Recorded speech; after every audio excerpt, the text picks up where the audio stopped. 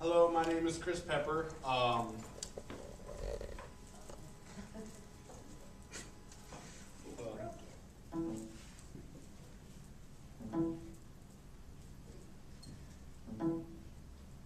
Okay, my name is Chris. I'm in the Liberal Studies program.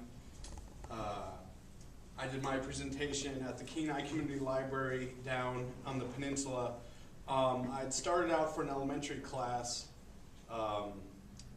for some field experience doing this reading once a week for these kids at this child program, and then for this class I decided that I'd try and incorporate that with my field experience.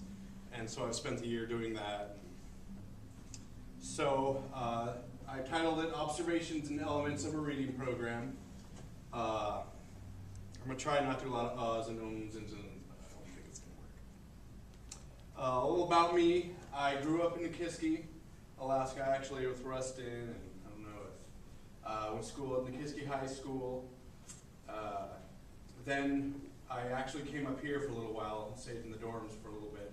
Then I went down to Kenai Peninsula College, and I was in the elementary ed program for maybe about 5 years. And then just because of complications with advising and different things, I switched to liberal studies just this year. And now I'll be graduating this spring with a Bachelor of Liberal Studies. My interests, I'm a musician, I write songs. I was gonna make this picture bigger, but I guess I didn't. And that's me in the front, and that's my dad. We were playing at the graduation last year for the Kenai Peninsula College. And I'm also interested in theater. I'm involved in the community theater and different organizations down there. For about 5 years, I've done productions on the peninsula. I work right now currently as a productions officer at the Kenai Peninsula College. I help organize open mic nights. I'm a voice for the students. I help do different things in there. I also work at Veronica's Cafe in Kenai, where I'm a coffee engineer. And I also do volunteering. I've done volunteering in the elementary schools, at the Kenai Alternative High School, different places. I like to get out in the community and do stuff. There's one of them. Here's my abstract. I'm gonna just go past this. So this is the Kenai Library that I did my thing on. And so the first thing I tried to do is take in the reading environment when I got in. As soon as just knowing that from all the studies I've done, from walking into a room, like just walking in this room, there's immediately limited things that you can pick up. I mean, even stuff that you don't realize. I mean, just the temperature of the room, the people in it, the sounds, the colors, the time of day. So when I came into the room, I tried to at least soak up as much as I could about how many adults were there, how many kids, were they tired, were they screaming around, if it was a sunny day. So I tried to take all those factors into account as I was doing my observations and doing my reading. The attitudes and behaviors of the children.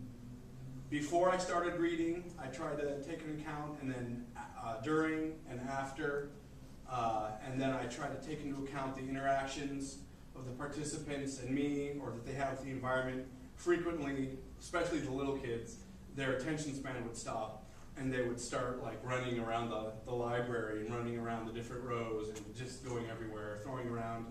This is like little cushiony furniture that was always getting thrown around sometimes, and so. And then sometimes they would be, they'd be attentive and they would sit there, and it just depended. And I try to keep all these behaviors in mind just for a future checklist, or just try and see if I can kind of place these behaviors and over a period of time as I was going in there, trying to make some patterns. Oh, wait, let me. Okay, now. Quickly going through here, abstract, love. And this is, that's me reading to the kids. What I tried to do usually is like I would hold the book like this and just kind of look down. I didn't really have anything to base base it off of. So just so that the kids could see, and I wasn't sure if I should read and then do that, or just read and do this. I've seen different styles from different classrooms I've done field experience in.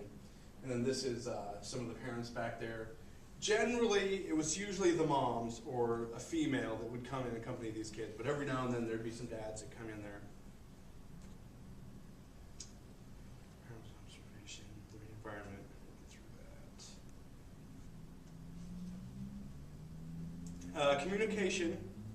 I tried that when I went in there. I tried to, from the very beginning, I would introduce what I plan to do. You know, we're going to read some books. I'd lay a stack of the children's librarian had a stack of books ready for me when I'd get in there, and she'd try and have themes like monsters or Christmas or snow, and all the books, either like 5 to 7 books, would be all themed, and I would lay them out and just, you know, introduce, hey everyone, how's everyone doing, and try and start a conversation and interact with them from the very beginning.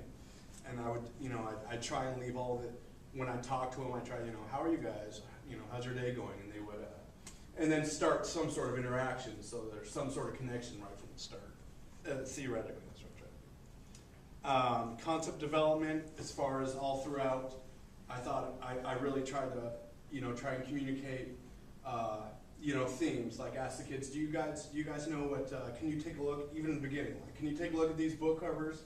Tell me if you see any similarities between them, so they can start developing, like I said, just trying to think of concepts running through their mind, reoccurring themes, and then throughout the books, you know, I worked on memory, pronunciation, stuff like that. I tried to give quality feedback. There was, like I said, during the readings, there would be a lot of interrupting. The kid would do this, do that, but I always try to acknowledge whatever the kids did positively. And like I said, I tried to not just make it like instruction, like, now kids, this is a period, this is that, this is this, this is that. I tried to give them feedback and have them, like I said, in a two-way interaction, so that we're both kind of feeding off each other. Language modeling, I kind of went over that. Making